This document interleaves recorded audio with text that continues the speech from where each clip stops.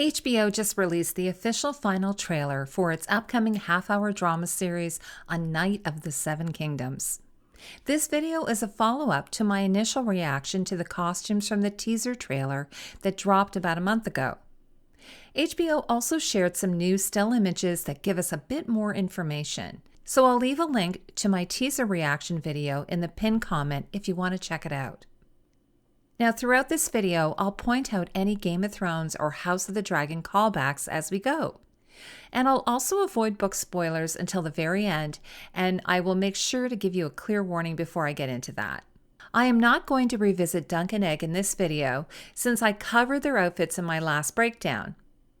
Now, at the end of that last video, I mentioned I was really excited to get a better look at some of the other Targaryens, Princes Maekar, Daeron, and Baelor, along with the Kingsguard.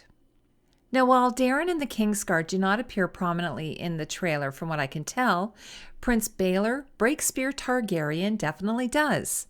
In the book, he's described as having the dark hair of his mother, Maria Martell, a Dornish princess. He keeps it short, stays clean-shaven, and his nose has been broken twice. Now, some book readers have noted that several characters have been aged up, and actor Bertie Carvel is about 8 or 9 years older than Baelor is on the page, with gray at his temples and a salt and pepper beard. But I should talk about the palette first, because many viewers, myself included, may find it a bit drab for a Targaryen. This is really the result of Game of Thrones and House of the Dragon showrunners locking the family into this very limited palette of House Targaryen. So for the most part, their palette is often black, red, gray, silver, gold, maroon, burgundy, and occasionally rose. But of the costumes we've seen so far, this one is already a favorite of mine. As Prince Baelor served as Hand of the King to his father, King Daeron II Targaryen, a constant in the world of Westeros is the Hand of the King brooch. It can change slightly from era to era, but the basic crowned hand design stays the same. Baelor's costume features a clever twist on this, so instead of simply pinning the brooch on, it fits into this raised metal hardware detail on the left shoulder of his doublet. The piece itself resembles abstract dragon scales and has a mouth that grips the brooch.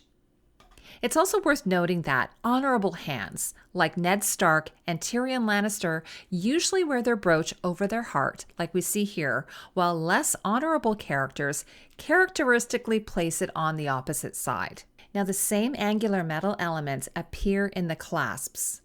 I really appreciate this unique approach to closures, since we have seen so many flat closures and fasteners over the years. But what I really love most about this costume is the silhouette.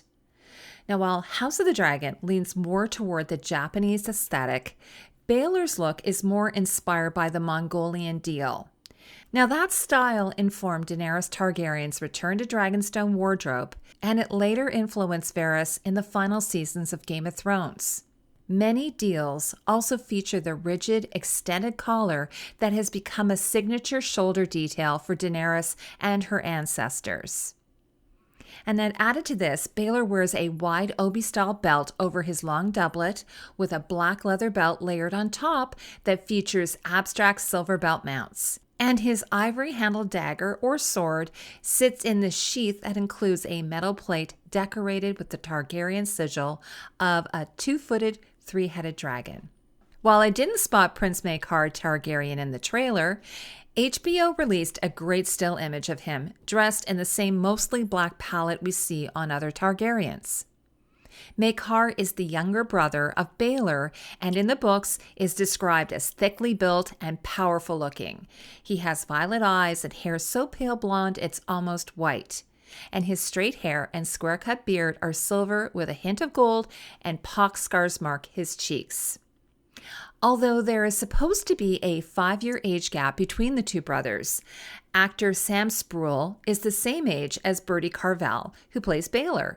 But for the most part, I think the show did a pretty decent book interpretation of Maekar. Now, in the still, Maekar wears a weighty riding cloak that may be hooded. In keeping with Baelor, he has some triangular cloak fasteners and some very interesting doublet closures.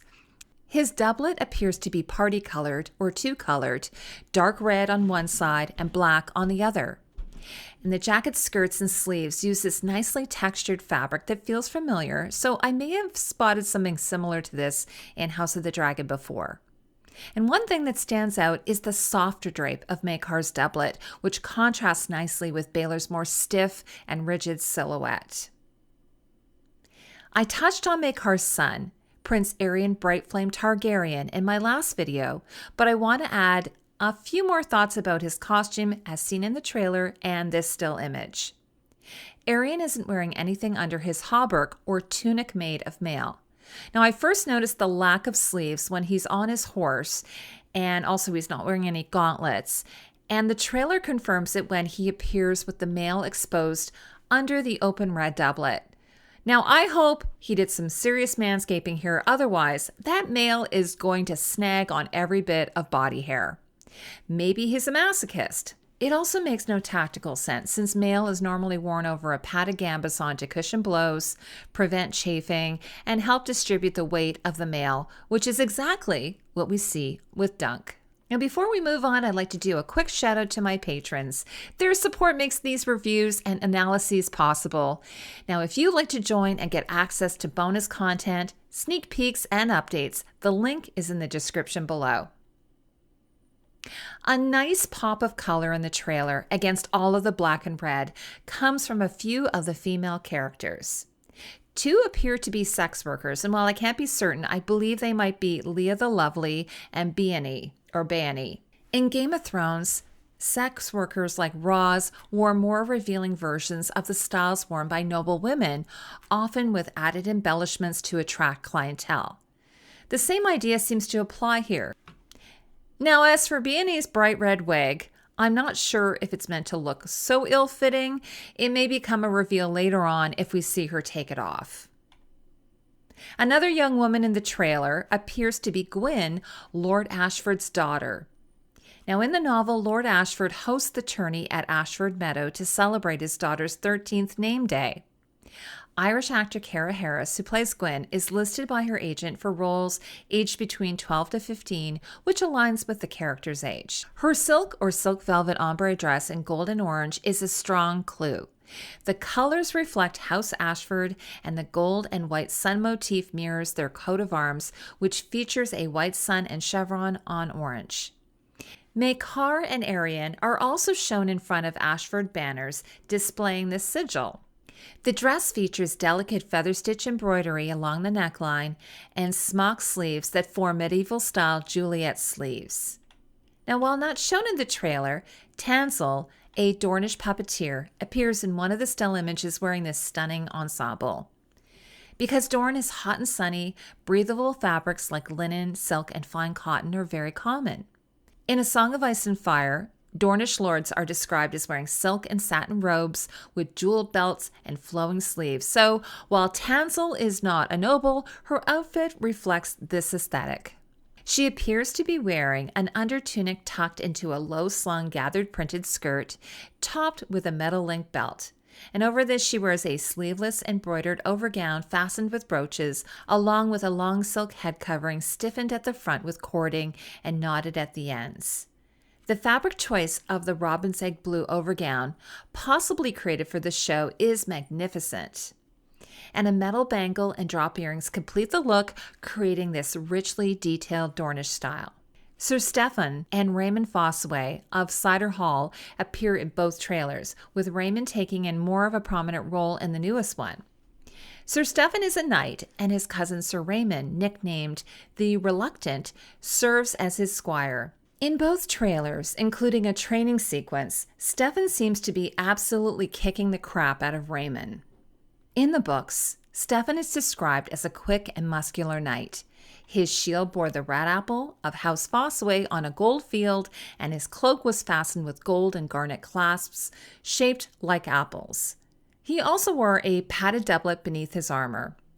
But in the show, as with many house palettes, his colors are more muted, leaning toward ruddy red or a maroon, and the apple sigil on his breastplate is barely visible. Raymond, meanwhile, who also appears in one of the still images, is described in the book as stocky, with a square face, pug nose, short woolly hair, and an engaging smile.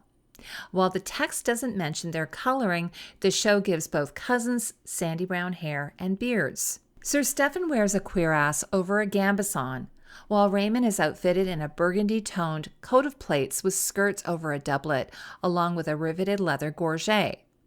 His costume, at least to me, feels reminiscent of another famous squire, Podrick Payne, who also wore a burgundy coat of plates. Now, there's a scene in the trailer featuring Prince Valarr Targaryen, the eldest son of Baelor. He is said to resemble his father, although he is smaller and leaner. In the books, he has brown hair with a streak of silver gold running through it, but we'll have to wait for a clearer image to know whether the streak made it into the show. Beside him is a woman many a Song of Ice and Fires believe is Valar's wife, Kiara of Tyrosh, because of her pink hair. The Tyroshi are known for loving bright colors and often dye their hair and beards in vivid shades. Fan art of Kiara frequently shows her with pink hair, so this lines up with that interpretation. Now, this is the point where I shift into book spoilers, so please stop now if you want to avoid them. There's a behind-the-scenes photo of Valarr wearing black armor, and this detail matters. During Sir Duncan the Tall's trial of 7, Baelor joins as the 7th knight on Dunk's side. But since he had not expected to fight and arrived at Ashford without his own armor, he had to borrow Valar's. So, in the trailer, there are several shots of Baelor in that same black armor. Now, in the book, Valar's black helm is described as bearing the 3-headed dragon of House Targaryen, enameled in a rich red. But the show may have adjusted this detail to avoid competing visually with Aerian's flaming crested helm. Let me know in the comments what you think of the costume so far, and if you caught any details I might have missed. Now, once the show premieres on January 18th in the new year, I will begin streaming weekly with some of my fellow creators, so stay tuned for that. Thanks again to my patrons, and thank you so much for spending time with me. I'll see you in the next video.